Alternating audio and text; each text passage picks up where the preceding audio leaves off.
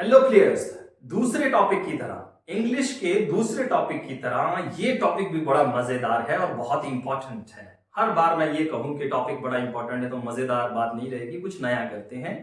Indefinite pronoun भी English के लिए बहुत जरूरी है। कुछ चीज बनी है तो वो जरूरी ही होगी। इनडेफिनेट प्रोनाउन का मतलब क्या है, कैसे यूज करना है, कहाँ यूज करना है, कंफ्यूज कहाँ करता है, टाइप क्या है, कैटेगरी कौन सी सब निपटा देते हैं। पहली क्लास में जान पहचान कर लेते हैं और दूसरी क्लास में एग्जाम्पल से तैयारी करवा के, प्रैक्टिस करवा के पूरा सिस्टम में आपके डाल देते हैं, यानी आपके दिमाग में डाल देते हैं कि इंडेफिनेट प्रोनाउन होते क्या है। आइए चर्चा करते हैं। इंडेफिनेट प्रोनाउन व्हाट में क्या है indefinite pronoun. Indefinite pronoun is a blur pronoun, धुंधले प्रोनाउन है। ऐसे प्रोनाउन होते हैं जिनसे सब्जेक्ट की आइडेंटिटी एकदम सीधे से हो जाती है। जैसे मैं अपनी बात करूं, आई, तो मुझे आपको पता लग रहा है मैं अपनी बात कर रहा हूं। यू आपकी बात कर रहा हूं, ही उसकी बात कर रहा हूं, शी लड़की की बात कर रहा हूं, वी हमारी बात कर रहा हूं, दे उनकी बात कर रहा हूं। तो क्लियर हो रहा है, आइडेंटिटी जो है वो क्लियर हो रही है कि काम किसके जरिए किया जा रहा है। लेकिन इनडेफिनेट प्रोनाउन ऐसे ब्लर प्रोनाउन होते हैं जिनसे पता ही नहीं लगता कि किसके बारे में बात की जा रही है। धुंधला धुंधला सा होता है, मतलब काम करने वाला है तो सही पर सामने नहीं है। जैसे कोई रिश्वत लेता तो है, अब ये नहीं पता कौन लेता है। कोई किचन से केक चुराता तो है, किसी ने केक चुराया है पर किसने चुराया नहीं पता लग रहा है। मतलब एक्शन हुआ तो है पर सब्जेक्ट की, एक्शन की, डूअर की जो आइडेंटिटी है वो क्लियर नहीं हो रही है। और जब आइडेंटिटी क्लियर ना हो सब्जेक्ट की, यानी कि जिसने काम किया है, तो इंडेफिनेट प्रोनाउन हो जाएगा वहां। अब देखिए, समझने वाली बात है। एग्जाम्पल बहुत सी है, समाज के साथ जुड़ी हुई है। पंचायत में बैठे हो, किसी ने गलती की है तो वहां पर बैठ के लोग कैसे बात करते हैं, देखिए आप देखिएगा कभी। पंचायत हो, वार्ड हो, मोहल्ले हो, गलियां हो, जहां भी चार लोग इकट्ठा हो वहां कैसे बात करेंगे आप देखेंगे। आपको बड़ा अजीब लगेगा। हाँ यार, कोई चोरी करता तो है, मोहल्ले में कोई चोरी तो करता है, कोई चोरी चकारी करता तो है।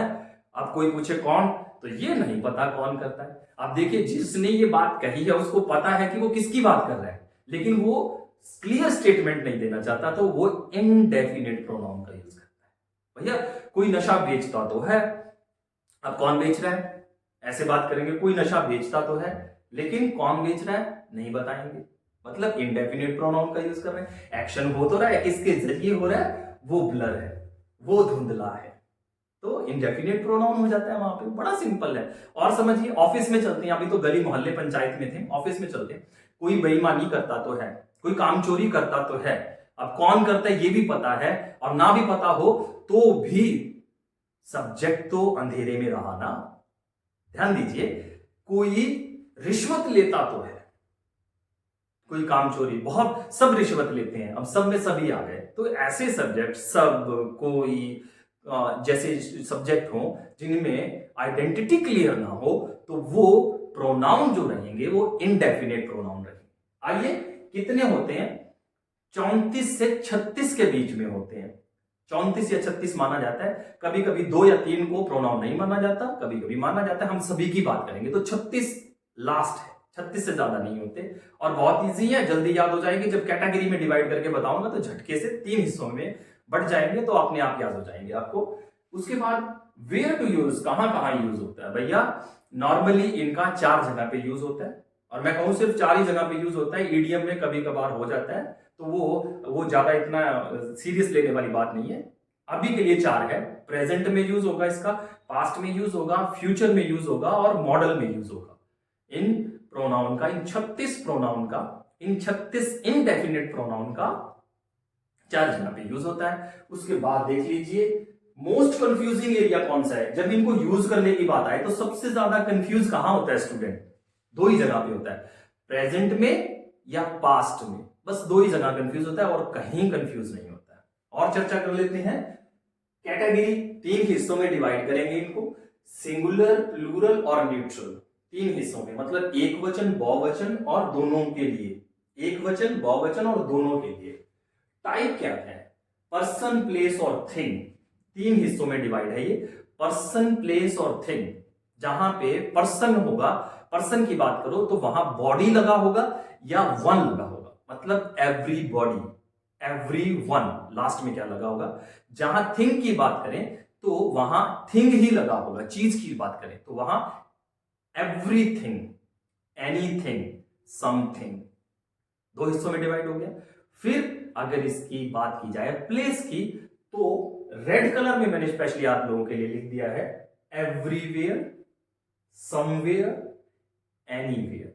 अब ये रेड कलर में क्यों लिखा है? बहुत से टीचर इसको इंडेफिनिट प्रोनाउन मानते हैं और बहुत से इसको नहीं मानते। इसकी क्लियर स्टेटमेंट मैं आपको पार्ट 2 में दे दूंगा। आइए थोड़ा चर्चा कर लेते हैं सिंगुलर में कौन से आ जाते हैं। तो लिखते जाइएगा ताकि आपका ये 36 का टेबल, यहाँ पे 37 लिखे हुए हैं, 36 का टेबल पूरा हो जाए तो आपके लिए थोड़ा आसान हो जाए। आइए चर्चा कर लेते हैं। सबसे पहले नंबर 1 पे another, anybody, anyone, anything, each, either, either भी कहते हैं बहुत से इसको, enough, everyone, everybody, everything, less, little, much, neither, neither भी बोला जाता है, nobody, no one, nothing, one, somebody, something, someone, everywhere, somewhere, anywhere, इनको सिंगुलर माना जाता है। क्लियर?